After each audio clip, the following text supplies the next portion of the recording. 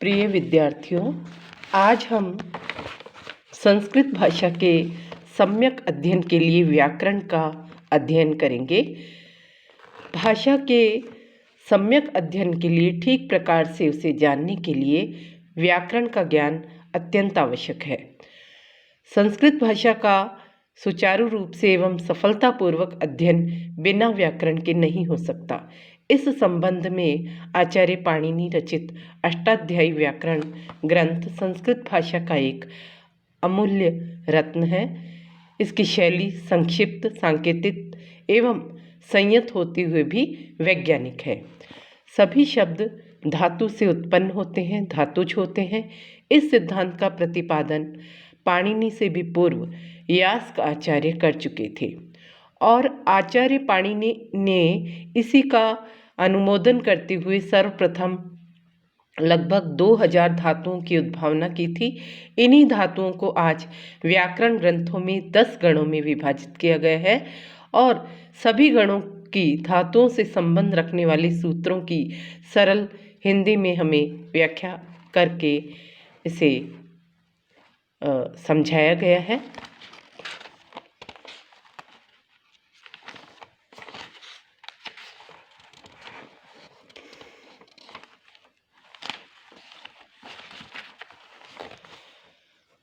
आख्यात प्रकरण। आख्यात का अर्थ है कहा हुआ या ज्ञात। व्याकरण में इसका आशय साधन किया हुआ होता है, जिसका तात्पर्य धातुओं के बनाए हुए रूपों से है। सामान्यतया आख्यात का अर्थ क्रिया से भी लिया जाता है। किसी ग्रंथ के अंतर्गत छोटे छोटे भागों में से कोई भाग या परिच्छेद प्रकरण कहा जाता है। अतः आख्यातिक प्रकरण के अंतर्गत धातुओं अथवा क्रियाओं के रूपों का विवरण प्राप्त होता है। धातु, गण, पुरुष और वचन। भू का अर्थ होता है होना, पठ का अर्थ होता है पढ़ना, क्रिय का अर्थ होता है करना। आदि क्रियावाचक शब्दों को धातु कहते हैं। संस्कृत में लगभग 2000 धातुएं हैं। प्रयोग में आने वाली ये सभी धातुएं 10 गणों में विभक्त है और प्रत्येक गण की कुछ प्रमुख विशेषताएं हैं। इन विशेषताओं को जानने के पहले प्रकृति, प्रत्यय और विकरण जैसे कुछ पारिभाषिक शब्दों का ज्ञान होना भी आवश्यक है। मूल शब्द या धातु को प्रकृति, इनके अंत में जोड़े जाने वाले को प्रत्यय तथा धातु व प्रत्यय के मध्य जोड़े जाने वाले को विकरण कहते हैं। उपसर्ग सदा धातु से पूर्व प्रयुक्त होते हैं। इन गणों के नाम और विशेषताएं इस प्रकार है। भवादिगण। इस गण का विकरण शप है, जिसका अर्थ है अशेष रहता है। लट धातु में धातु और प्रत्यय के बीच में ए लगता है।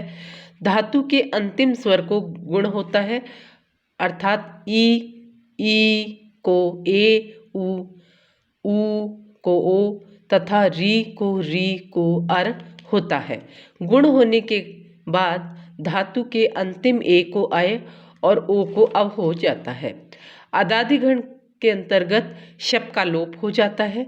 धातु और प्रत्यय के बीच में कोई विकरण नहीं लगता। धातु में केवल ती, तह आदि लगते हैं। लट, लोट, लंग और विधिलिंग में धातु को एक वचन में गुण होता है, अन्यत्र नहीं। अब है जुहोत्यादिगण। इसमें भी धातु और प्रत्यय के बीच में लट आदि में कोई विकरण नहीं लगता। लट आदि में धातु को द्वित्व होता है। किसी भी शब्द का 2 बार आना द्वित्व कहलाता है। लट आदि में धातु को एक वचन में गुण होता है, अन्यत्र नहीं। अब आता है दिवादिगण, जिसका विकरण श्यन है। इसमें शकार और नकार का लोप हो जाता है और अंत में यह शेष रहता है। इस गण की धातु और प्रत्यय के बीच में लट आदि में यह लगता है। धातु को लट आदि में गुण नहीं होता, लिट आदि में गुण होता है। स्वादिगण। इसका विकरण श्नु है, अर्थात लट आदि में धातु और प्रत्यय के बीच नु को परस्मै पद के एक वचन में प्रायः नो होता है। तुदादिगण।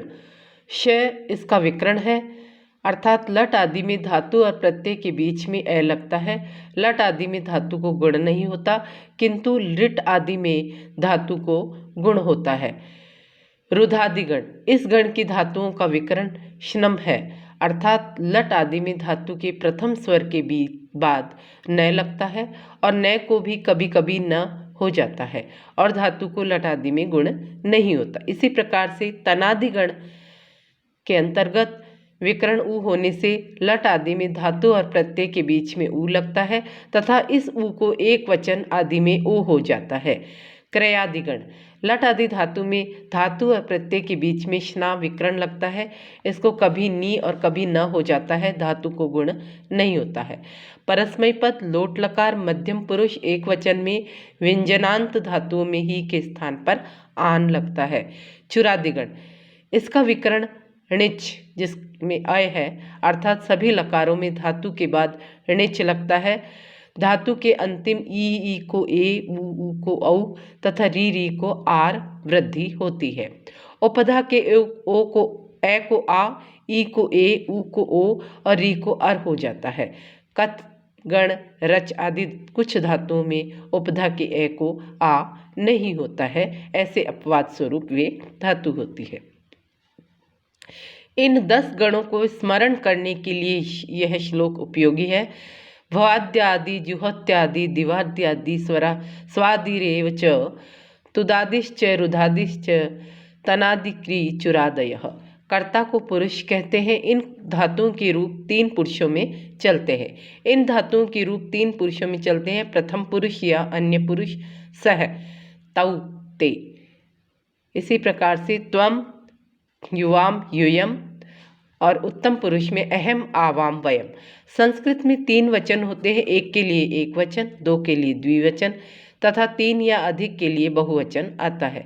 इस कारण पुरुष भी इन वचनों के भेद से 9 प्रकार के हो गए हैं। अतः जिस प्रकार का कर्ता होगा उसी प्रकार की क्रिया का प्रयोग किया जाएगा। काल व लकार, कोई भी क्रिया जिस समय होती है वह उसका काल कहा जाता है। साधारणतः वर्तमान, भूत और भविष्यत, ये 3 काल होते हैं। तथापि इनके अतिरिक्त अन्य भी इस काल के अवंतर भेद होते हैं जिनका बोध इन लकारों से होता है। लट लकार होता है वर्तमान काल। वर्तमान काल जो इस समय जो क्रिया होती है उसके लिए वर्तमान काल का प्रयोग होता है। जैसे सह पठति, वह पढ़ता है, ते गच्छन्ति, वे जाते हैं, त्वम भाषसे, तुम बोलते हो। इसी प्रकार से लुंग लकार, सामान्य भूत, जिस काल में प्रारब्ध कार्य की अथवा क्रिया की समाप्ति देखी जाती है वहाँ लुंग लकार। अब है लंग लकार या अनद्यतन भूतकाल। इस सामान्य भूतकाल के अतिरिक्त अनद्यतन भूतकाल भी होता है। यह वह काल है जो आज न हो, अर्थात जो 12 बजे रात से पूर्व का समय अथवा आज प्रातः से पूर्व का समय। जैसे देवदत्त स्वगृहम अगच्छत, देवदत्त अपने घर गया। इस अनद्यतन भूतकाल के बोधनार्थ लंग लकार का प्रयोग किया जाता है।